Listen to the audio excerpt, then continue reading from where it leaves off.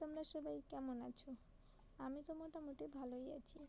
তো আজ সানডে, রবিবার। তো আজকে রবিবারে একটু স্পেশাল কিছু না হলেই হয় না। তো আজকে হাঁসের মাংস রান্না হবে। এইখানে দুটো হাঁস কেটে পরিষ্কার করে নেওয়া হয়েছে। এবার হাঁসটাকে পুড়িয়ে নিচ্ছি। এরকমভাবে হলুদ লাগিয়ে পোড়ালে মাংসটা ভালো, মানে গায়ে বেশি কালি লাগে না, আরামসে পুড়ে যায়। তো পোড়ানোর পর মাংসটাকে কেটে নেব। কাটার পর ভালো করে ধুয়ে পরিষ্কার করে নেব এবং আলুগুলোকে ছাড়িয়ে ভালো করে ধুয়ে ভেজে নেব। তো মাংসটা রান্না করব, প্রথমে তেজপাতা দেব, তারপর জিরে ফোড়ন এবং শুধু পেঁয়াজ দেব, আদা রসুন কিছুই দেব না, কারণ হাঁসের মাংসটা অনেক গরম, তার জন্য রসুনটা দেব না। পেঁয়াজটাকে ভালো করে ভাজার পর আমি মশলাটা গুলিয়ে রেখেছি জল দিয়ে, সেই মশলাটা দিয়ে দেব। মশলাতে দিয়েছি লাল লঙ্কা গুঁড়ো, হলুদ আর জিরে গুঁড়ো।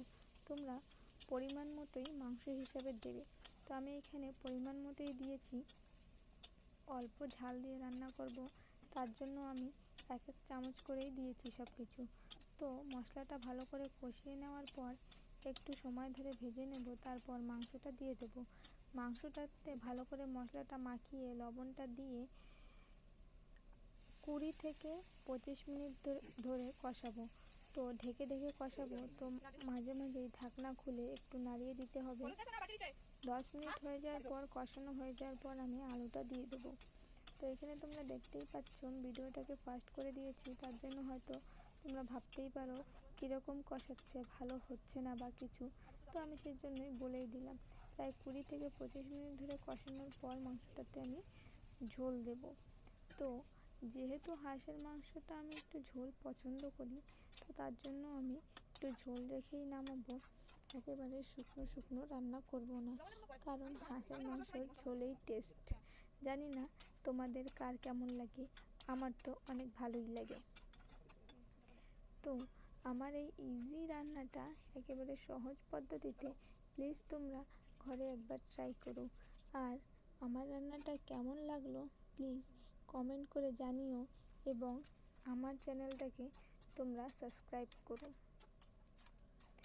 তো আমি আলুটা দিয়ে দিয়েছি, দেখতেই পাচ্ছ। এরপরে আরও কিছুক্ষণ ঢাকা দিয়ে কষিয়ে নেব। আর শুকনো লঙ্কা তোমাদের ইচ্ছা, দিলেও দিতে পারো, না দিলেও দিতে পারো, ওটা অপশনাল। তো এইভাবে মাংসটা কষানো হয়ে গেলে আমি ঝোল দিয়ে দেব। জলটা দেওয়ার পর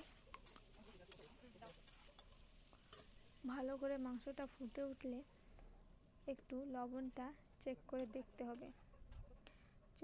চেক করে দেখার পর ভালো করে ফুটে উঠলে, জাল হয়ে গেলে লবণটা আরেকবার দেখে লাস্টে নামানোর আগে গরম মশলা দিয়ে আমি গরম মশলার গুঁড়োটা দেব, গোটাটা নয়, গরম মশলার গুঁড়োটা দিয়ে মাংসটাকে নামিয়ে নেব।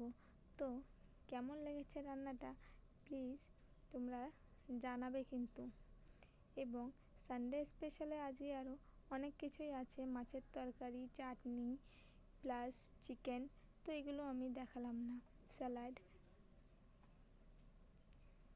তো এখন তো খাওয়া দাওয়া শুরু। Tata, bye bye.